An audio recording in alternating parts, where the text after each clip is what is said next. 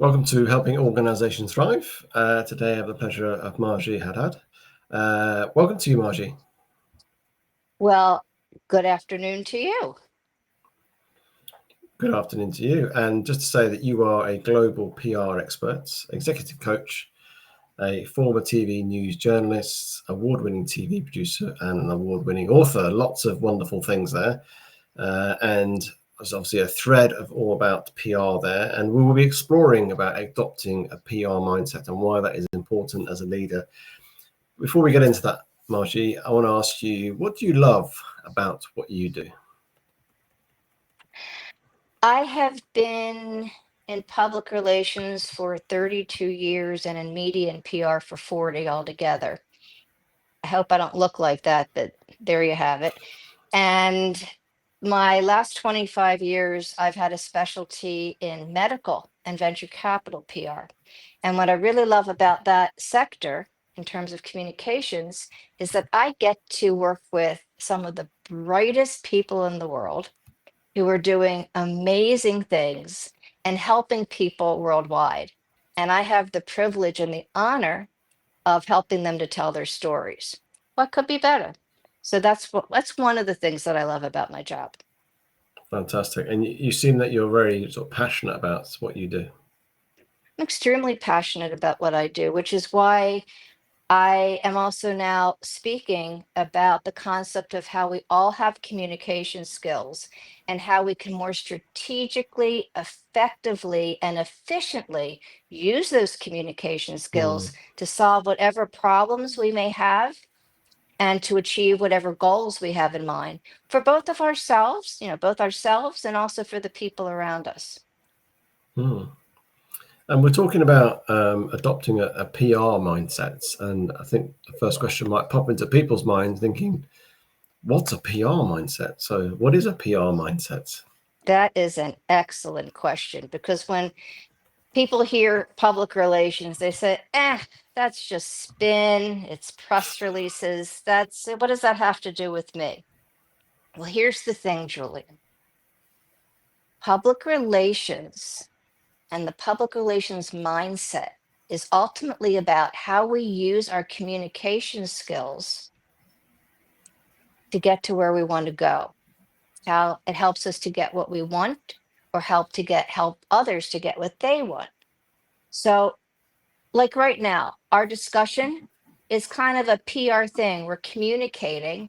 And what is my goal? My goal is for your audience to understand that they have communication skills and they use them every step of the way. They use them at work, with their colleagues, with their partners, with their clients. They use them at home with their partners and if they have any kids. And they use them on their travels when you go to the grocery store, when you go to the dry cleaner, when you go to the gas station, and everything else.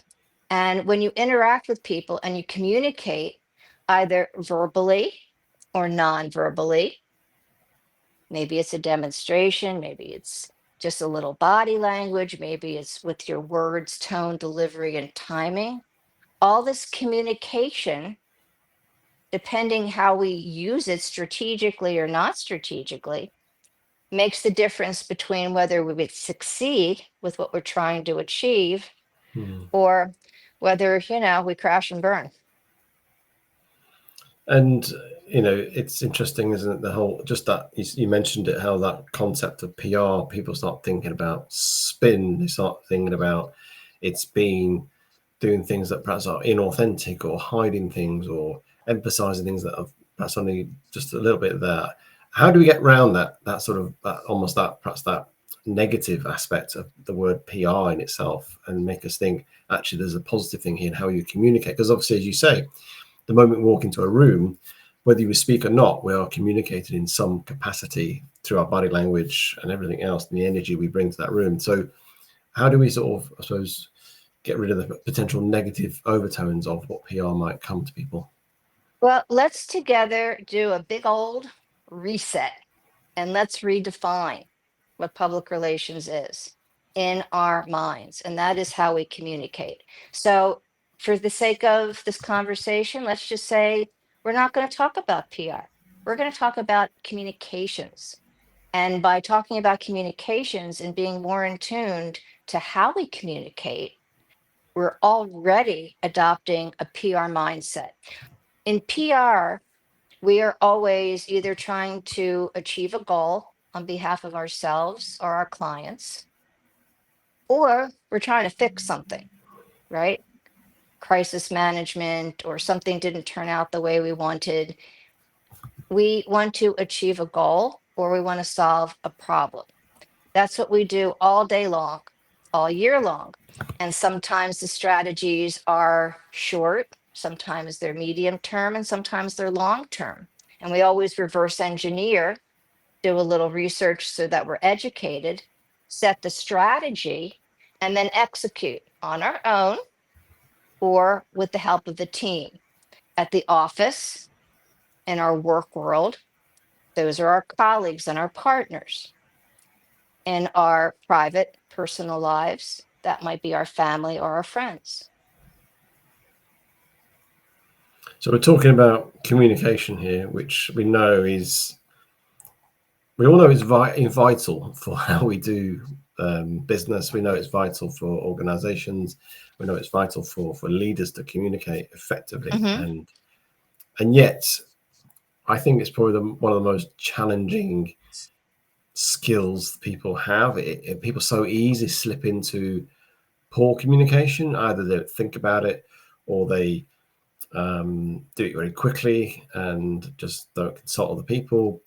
How can we create, and it comes from a mindset point of view, a mindset that becomes that communication is important, and how we think of that as a whole when we're thinking about our people.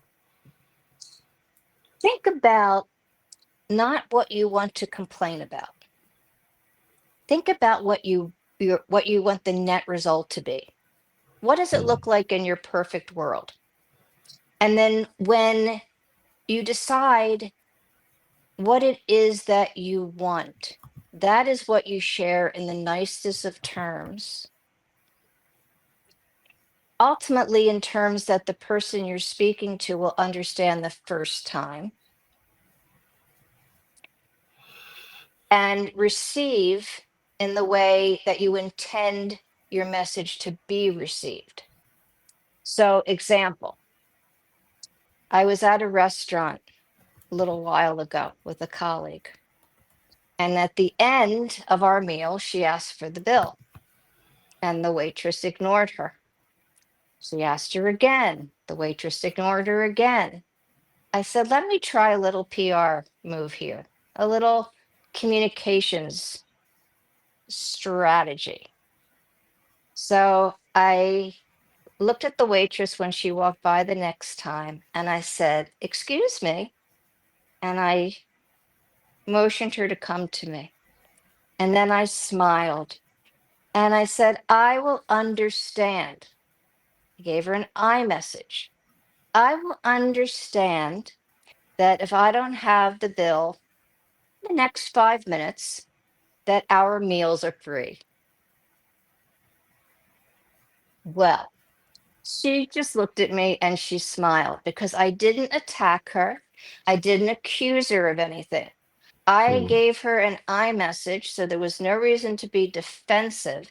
And I told her the net result of inaction. Hmm. And I also told her very specifically what I wanted and when I wanted it by. Well, I we had we had that bill in the next 60 seconds. And she smiled and she said, "Here you are, miss," you know. So it all worked out. When you're talking about business, who is your target market? Hmm. Your ultimate client.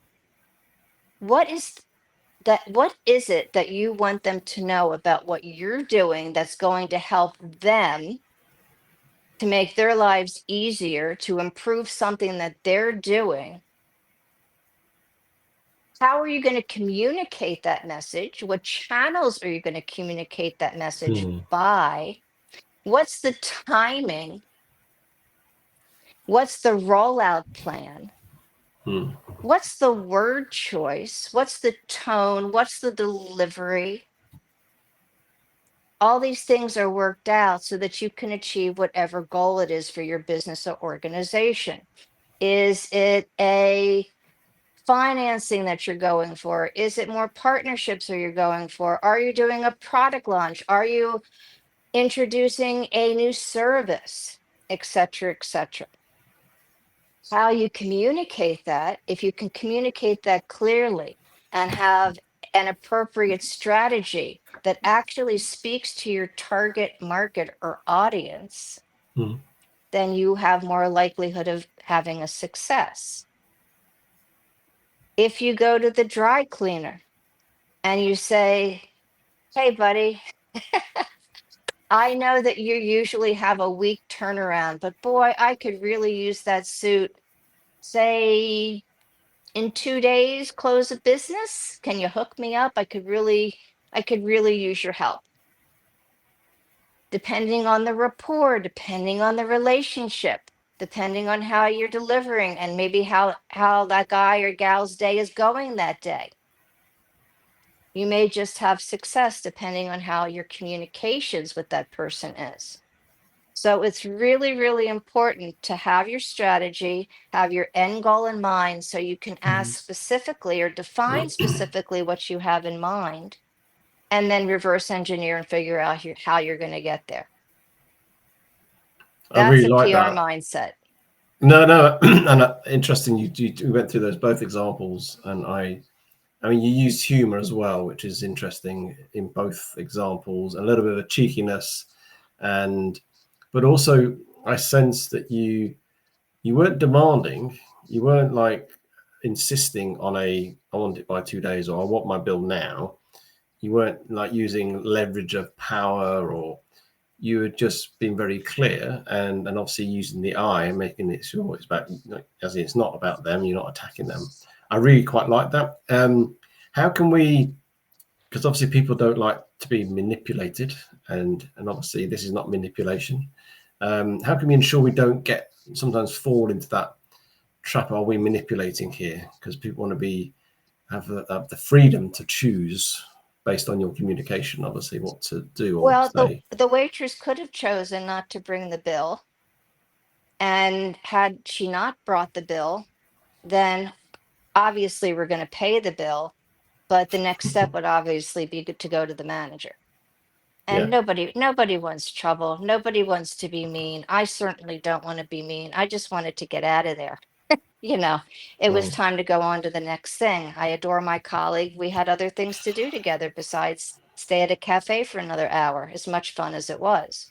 So there are consequences when the other person is not compliant. And the consequence might just be that something doesn't move forward. There's no progress. Things don't happen the way that you had wanted to. So it's Mm. not a matter of manipulation, but to show that there's a win-win situation when the Mm. request is made. And sometimes that win-win situation, like in the case of the dry cleaner, is you have a happy customer. I know that whenever my clients ask me for something nicely, they deliver the message nicely and respectfully. I'll move mountains to get things done. Mm. And by the time they need it, and hopefully before they need it, so I get to be a superhero. I love happy clients. I think that's why I've been in business for over 25 years.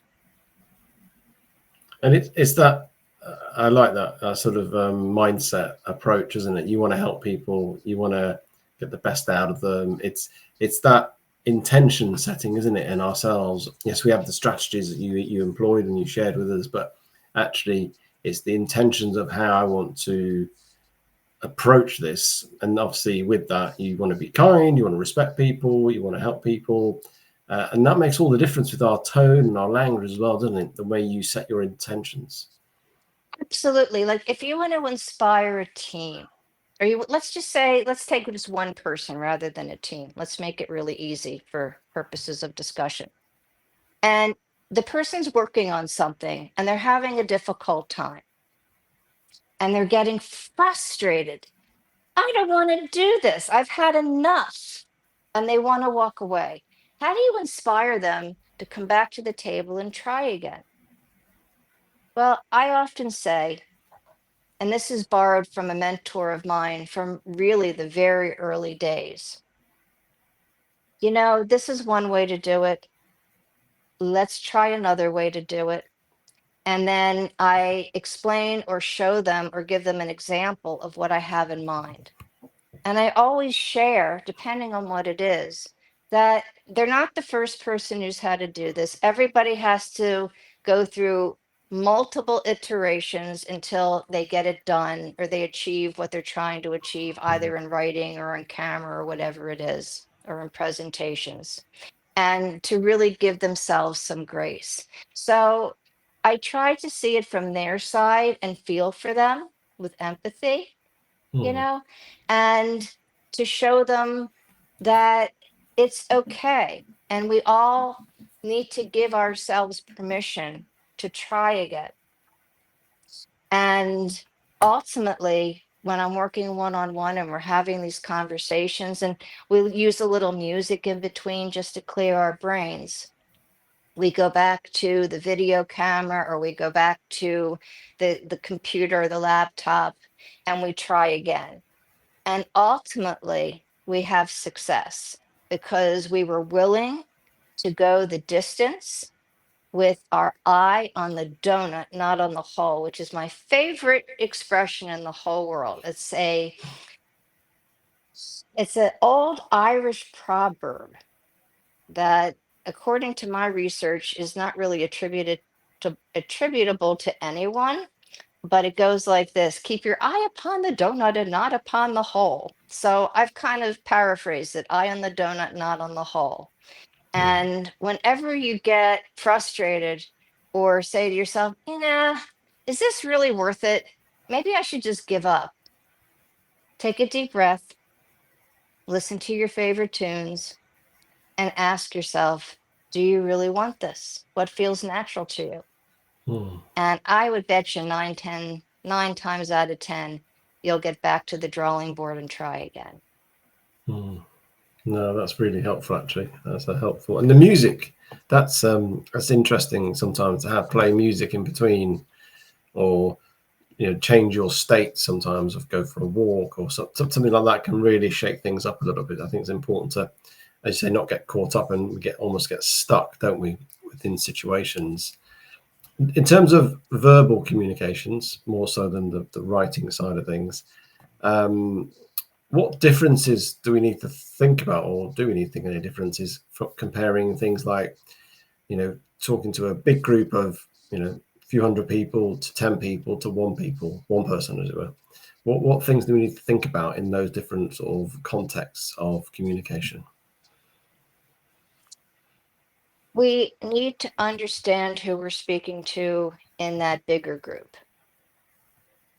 We need to understand their existing mindset, and we need to understand where we want to take this group on a journey so that they can go from point A to point B reasonably smoothly and come to the next point with a greater understanding of just how important their contribution and skill sets are to the overall success of the existing program and vision. And in doing that, you choose your words, tone, delivery, etc. You demonstrate, you share the vision, you explain how each person is essential to the overall success of something. You take questions, you run scenarios, and you brainstorm, because maybe there's somebody in that group that has an idea that will make the vision even stronger and better than you Hmm. originally had in mind. That's what's so cool about having an experienced or creative, or experienced and creative, they're not necessarily exclusive, group of people to work with. And that can be really cool. But it takes confidence to do that in a context of your team where you're allowing them to contribute? Because obviously, a lot of leaders get caught up with, I've set this vision, I've developed on it, and I'm going to cast it to my team. But actually allowing that, I suppose, the nuances and the contribution and the feedback to shape it even more, the plan that comes out of that does take a different type of confidence in a leader, doesn't it? I think you're right. I think the more confident the leader, the more open they are to suggestion. Mm, We all have our absolutely. skill sets, Julian, So if you hire a who for the how, then listen to them. I was reading about someone today, and I love what I was reading about them because they had said that we learn more by listening than by talking. Mm, So, one of the keys to successful leadership is to actually listen. So, after you share your idea, then open it up to the floor and maybe have that conversation. well, it's communication is a two-way thing, isn't it? That's what I think. Often people feel it's just a one way how I'm going to share with my team, this individual, what they need to hear, and they do all that probably quite well. But actually, there's a feedback loop here, isn't there? And it is important to hear and listen, and that listening I always find is it's not just what they're saying, it's how they're saying it, and that whole that body language piece, isn't it? Absolutely. Absolutely. I had a meeting with a gentleman once, and their words, tone, and delivery were so hostile, but even more so, their body language was just insulting, Right. like this and like that. And I'm like, I'm sitting there thinking, I'm the wrong audience to be pulling this stuff with. This is just, I don't care what's going on. This is just not going to happen. So, yes, body language is really important. Just like with the waitress at that cafe, my body language was super friendly. Mm, That's why she responded the way that she did. She didn't feel threatened. She felt like she was on my team. yeah. No. No. And using, as you say, you smiled, which obviously is a huge thing to do to people, just to I smile and s- encourage. Yes. No, I I agree. smiled, my shoulders were down, my body language was friendly, but it was also very solid. And she understood that I meant what I said, even with the smile and the relaxed Mm, posture. And that was in the tone of my voice. So she got the message and mission accomplished. We were out of there within about 3 minutes. yeah. And it was probably all frictionless, and she felt quite happy and okay about it all, which is important. Because she delivered the bill within 60 seconds of my request, we actually gave her a good tip. So she was happy. Brilliant. Even better. Even better.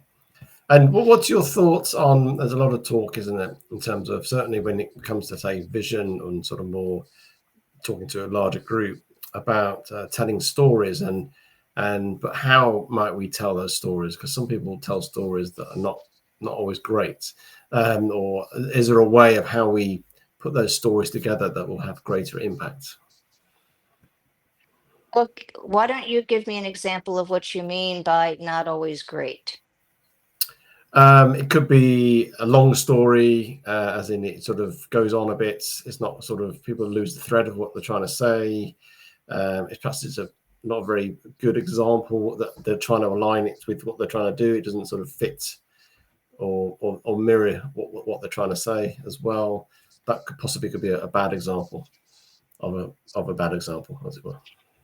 Look, you just really want to know your audience and you want to have a good feel for the attention span of your audience. You want to be as animated as possible with your detail presentation. And invite your audience, if possible, to interact with you so Mm. that it's not a monologue, but it's a conversation, even right in the middle of your storytelling. Mm. Because we're in No. this together, right? We're communicating with each other. When you're presenting, that's the ultimate in public relations for yourself and for your audience because you're interacting communicatively, Mm. verbally, listening, demonstratively with your movement on the stage, etc., etc. It'd be nice if these things would actually stay in. Uh, and you want to keep in mind all of the elements that are part of your story and make sure that they hit with your audience. And that comes from research and pre-interviews and briefings and knowing Mm. exactly what to expect. So when you're preparing for a presentation or for a media interview, for a trip, for a gala, doesn't really matter what it is. You prepare for the expected and you prepare for the unexpected. What are the scenarios? And this is kind of a fun thing when you're adopting a PR mindset. Think of it this way. When you write a press release or you read a press release or the first paragraph of an article, what does that paragraph answer? The who, what, can you finish it off? When? Is it when? No. Yeah. Mm-hmm. Who, Yeah. what, when. Go on. Why? Why? Why? There's another W. I'm trying to think. Where? Is it where? Yes. That's trying to Yay! think. Very Yeah. good. Who, what, where, when, why. And now we're going to throw in the how. Yeah. Okay. You know that at the very top of the article of the press release, right? So when you are prepping for whatever it is, answer all of these questions in as many versions of as possible. And then once you can answer those for what you know to be true and what you expect, then do case scenarios that are unlikely to happen so that you can determine and define a plan should something like this happen. Unlikely, but if it does, this is what you're supposed to do, Mm. you know? So I've had clients on live television interviews that we had the who, what, where I knew every step of the way, and so did the client. I'm like totally type A when it comes to prepping. And then a current event happened, and the 5 minute segment was cut to 3 minutes. So what do you do? The client called me. They said, "What do I do?" I say, "You say thank you. I'll see if they'll get you on another time and get out of the way because there's breaking news." And it's basically, it was terrorists attacked the Armenian parliament. That's what had Right. happened years ago. That's why the 5 minutes turned into 3 minutes. There's nothing you can do about it. No. So just roll with it. Now, personally, my youngest was on her way to a teenage party. She's like 17 years old. And we knew the who, what, where, when, why, and how of this party. It was a professionally set up party by an event company. She was going with a friend. They were going on a bus that would take them and bring them back. I knew the location. I knew the timing. I knew what she was wearing. I equipped her with everything she needed. Okay, that's the expected. The unexpected. If something happens at this party, I don't care what it is, find your way to a safe spot, call me, and I don't care what time of the night it is, call me and I will come pick you up. So I had, went to sleep. I had half an ear open like most moms do. And of course, the call comes in at about 1:30, quarter to 2 in the morning. Mom, Some kid sprayed a toxic substance all over the dance floor. Can you come pick me up? Gee. Well, I said, first of all, where are you?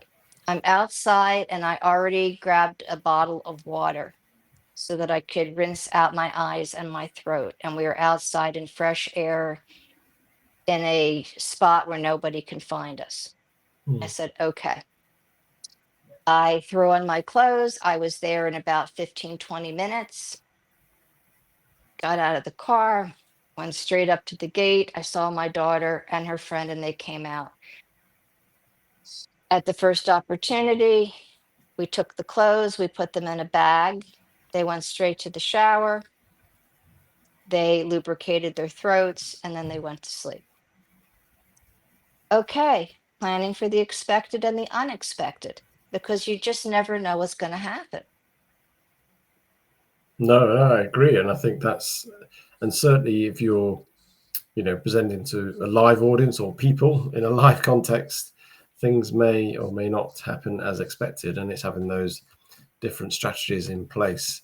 I've really enjoyed our Absolutely. conversation, Marjie. I've enjoyed the sort of journey and the stories and the understanding of having that PR mindset and how we can adopt it, and why it is important, and getting those effective communication strategies.